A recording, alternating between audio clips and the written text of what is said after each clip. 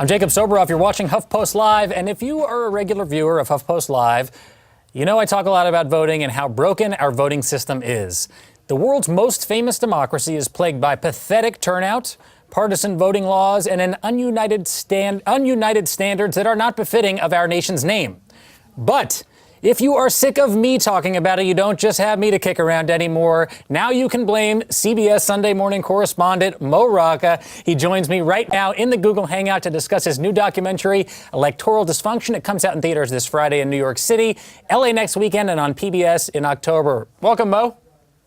Thanks, Jacob. Thanks for having me. Absolutely. We've also got some community joining us in the Google Hangout. I'm going to introduce them in just a little bit. Mo, first of all, what set you off on this journey? Why do you care about the voting system, and why do you want to do this? Honestly, I'm drawn to projects that I can objectively identify as important, like how voting works in America, but that I don't know much about, because then I spend the whole time learning about it. And it took about 4 years to learn, even probably 50% of the basics about what a mess it is. And so anyway, that's what set me off on this, because I thought, okay, this is something that's important. I know very little about it, except I know what the vast majority of people instinctively know, which is that it's a mess and it's broken and it shouldn't be. I think the most exciting development, and that's known by surprisingly few people, it hasn't been given a lot of press, is the National Popular Vote Plan, which is a way of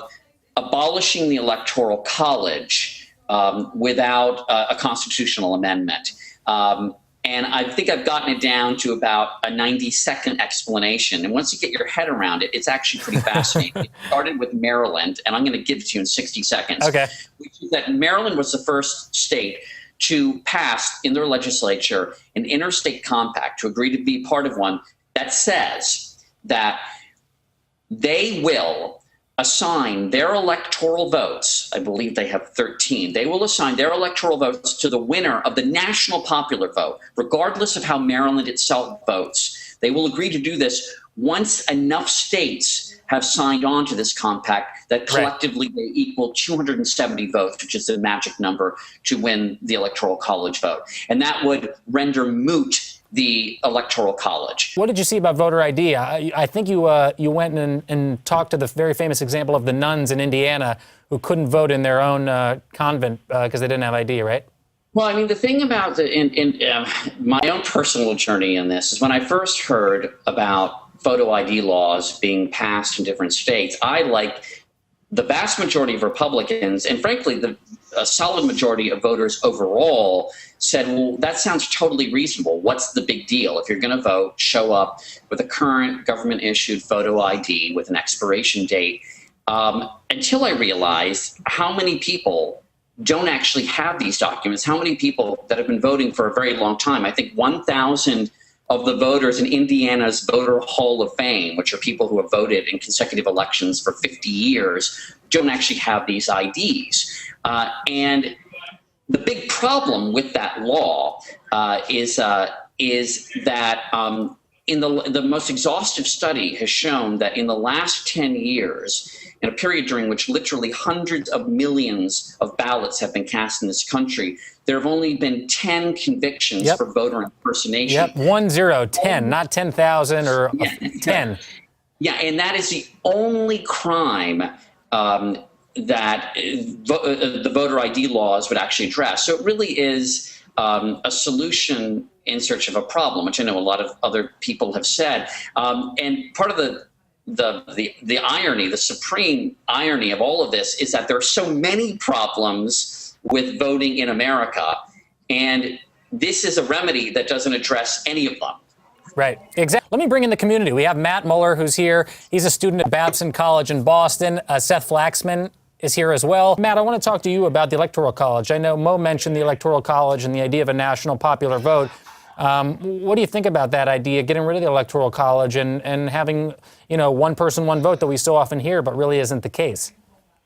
Yeah, I mean, you want to talk about issues of voter disenfranchisement. As a resident of Massachusetts, I know that no matter what I do come November, no matter who I cast my ballot for, Massachusetts is historically a blue state, and it's pretty safe to say that the electoral votes are going to be going to Barack Obama. And so, I feel very strongly that, a national popular vote, particularly in this day and age, when information spreads, very rapidly across, the internet, a candidate can't even say something before, 2 seconds later, everyone in every single state knows what they're saying. It really just doesn't make a lot of sense to, divide it up by state. The national popular vote is a way, really, to make people like me who live in, not swing states, have a say in what happens in the upcoming election. Seth, I want to go to you. Tell us about what you're doing with TurboVote, Seth. Yeah, thank you. So actually, when I talk about TurboVote, I often steal one of your lines from Why Tuesday, which is, we vote on a Tuesday because in the 1800s, that was the most convenient way for farmers to vote. Yep. So it's part of American history for voting to fit the way we live. It's the only way our democracy works. So what we're trying to do is make democracy fit the way we live now, which is we do everything on the internet. When we want to buy things, watch movies, talk to our friends.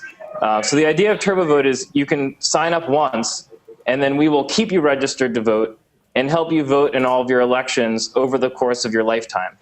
And we do that by making voter registration and voting by mail as easy as renting a DVD from Netflix.